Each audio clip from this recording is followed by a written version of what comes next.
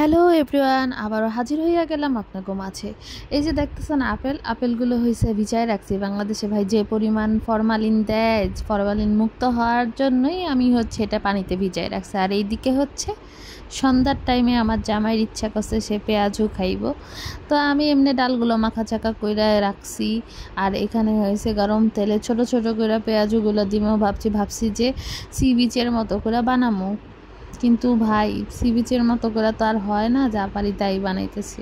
তো আমি একটা একটা কইরা ব্যাগগুলি দিয়ে দিব, এমনি একটা একটা কইরা একটু ফাঁকা ফাঁকা করে দিতেছি যাতে একটা লগে একটা না লাগা যায়। লাগা গেলে তো আবার উঠাইতে পারবো না।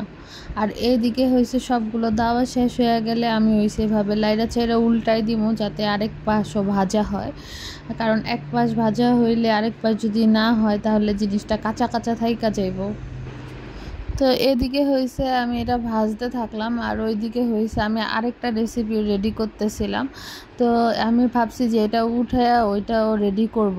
তো এখানে দেখলাম যে আমার এটা প্রায় হয়ে গেছে, তারপরে আমি বাটিতে উঠায় নিব। এটা এমন লাল লাল দেখলাম যে লাল লাল হয়েছে, দেখতে ভালোই লাগতেছে। এই যে আমি একটা টুক করে খাইয়া ফেলতাছি যে লবণ হয়েছে নাকি লবণ হয়েছে সে কয়া এমন 4-5টা গিল্লা ফেলি, সমস্যা হয় না। আর এইদিকে বুট নিছি, বুট মাখা খামো টমেটো পেঁয়াজ দিয়ে বেশি করে। তো আমার জামাই আবার মাখামাখির কাজে অনেক ভালো, তার হাতে মাখার স্বাদ আলাদা।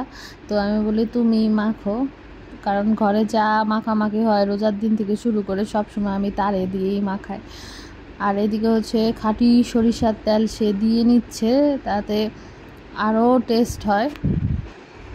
তো খুব লোভনীয় লাগতেছে, আবার ক্ষুধাও লাগছে। তো এইদিকে আমার জামাই কইলে একটা লেবু চিপড়ায় দিয়ে দেখ। তো এদিকে সে লেবু চিপড়ায় দিয়ে দিতেছে। এই যে লেবুটা দেওয়ার পরে লেবুর রস দিয়ে মাখতেছে। আর এইখানে সে আমাকে দিচ্ছে আমার বাটিতে একটু। আমি বলি কিপটামি করো না ভাই, বেশি করে দাও, নিজের ভাগে বেশি রেখে আমার একটুখানি দিতেছে। আমি কি ভাই আরও দাও, এত কম দিতেছিল কিপটা বেটা।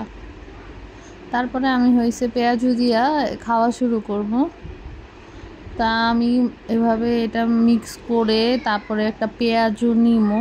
তারপরে ভাবলাম যে সাথে একটা পেঁয়াজ নিয়ে নেই, কারণ পেঁয়াজ আমার ভালো লাগে কাঁচা পেঁয়াজ দিয়ে বেশি করে খেতে। তো আমিও আস্তে আস্তে পেঁয়াজগুলো নিয়ে এভাবে ছুটাইয়া তারপরে খাবো এখন। তো আমারটা তো মজা হয়েছে। ওইদিকে দেখে আমার জামাই মুড়ি নিতেছে, সে মুড়ি দিয়ে খাইবো। তো আমি আবার তার থেকে একটু টেস্ট করলাম, কারণ সেও মুড়ি মাখবে, তো মিস করা যায় না, সব কিছুরই টেস্ট থাকা দরকার।